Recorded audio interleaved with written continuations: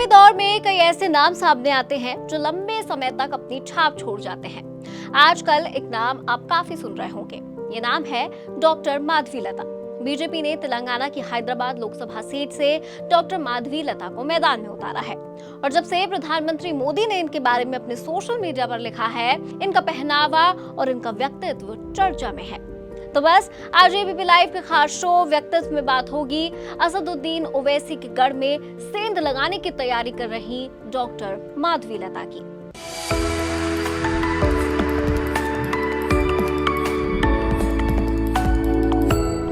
माधवीलता के बारे में जानने से पहले उनकी लोकसभा सीट के बारे में जानना जरूरी है।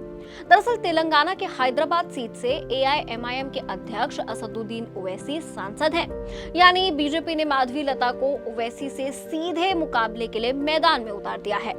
हैदराबाद लोकसभा निर्वाचन क्षेत्र को एआईएमआईएम का गढ़ माना जाता है।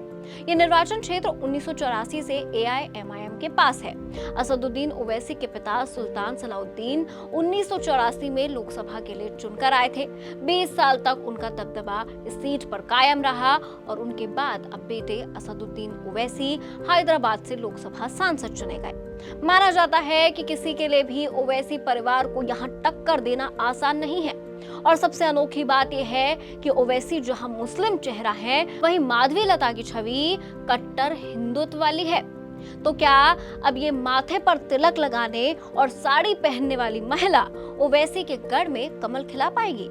चलिए इनके बारे में थोड़ा सा और जान लेते हैं। माधवीलता ने कोटी महिला महाविश्वविद्यालय से राजनीति विज्ञान में एमए किया है। माधवीलता एक अस्पताल की अध्यक्ष हैं, एक ट्रेंड भरतनाट्यम डांसर भी हैं। वो हैदराबाद में सामाजिक कार्यों में सक्रिय हैं। वो ट्रस्टों और संस्थानों के जरिए स्वास्थ्य और शिक्षा के क्षेत्र में काम करती हैं। वो पिछले 2 दशकों से Vishwanath foundation, Lokmudra charitable trust और लथामा फाउंडेशन की ट्रस्टी हैं। कहा जा रहा है कि उनका टिकट 6 महीने पहले ही तय कर लिया गया था और तभी से वो अपने चुनाव प्रचार की तैयारियों में लगी हुई है। हिंदू धर्म के बारे में उनके भाषण अक्सर वायरल होते हैं। हालांकि माधवीलता कभी भी एक सक्रिय राजनेता नहीं रही हैं। यहाँ तक कि उनके परिवार में भी दूर दूर तक किसी का राजनीति से वास्ता नहीं रहा। माधवीलता 3 तलाक के उन्मूलन पर कई मुस्लिम महिला समूह के साथ सहयोग करती रही हैं और अक्सर पुराने शहरों के क्षेत्रों में इस मुद्दे पर बात करने के लिए आमंत्रित की जाती रही हैं। माधवीलता की छवि भले ही कट्टर हिंदू की हो, लेकिन वो मुस्लिम महिलाओं के बीच काफी लोकप्रिय है। माधवीलता ने बेसहारा मुस्लिम महिलाओं के लिए एक छोटा सा कोष भी बनाया और वो forum for awareness of national security और संस्कृति तेलंगाना राज्य जैसे संगठनों से जुड़ी थी। वो एक गौशाला भी चलाती हैं और स्कूलों और कॉलेजों में हिंदुत्व और भारतीय संस्कृति पर नियमित रूप से भाषण देती हैं। उधर प्रधानमंत्री नरेंद्र मोदी ने भी माधवीलता की खूब तारीफ की है। पीएम मोदी ने सोशल मीडिया प्लेटफॉर्म एक्स पर उन्हें असाधारण बताया। माधवीलता अपनी संस्था के जरिए शिक्षा, स्वास्थ्य देखभाल और भोजन वितरण कार्यक्रम आयोजित करती रहती हैं। अपने मोबाइल नंबर पर मिस्ड कॉल से जरूरतमंदों को मदद भी करती हैं।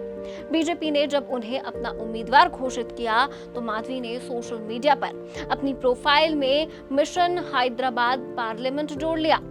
एआईएमआईएम की कटु आलोचक लता कभी भी ओवैसी और उनकी पार्टी पर तंज कसने का मौका नहीं छोड़ती हैं।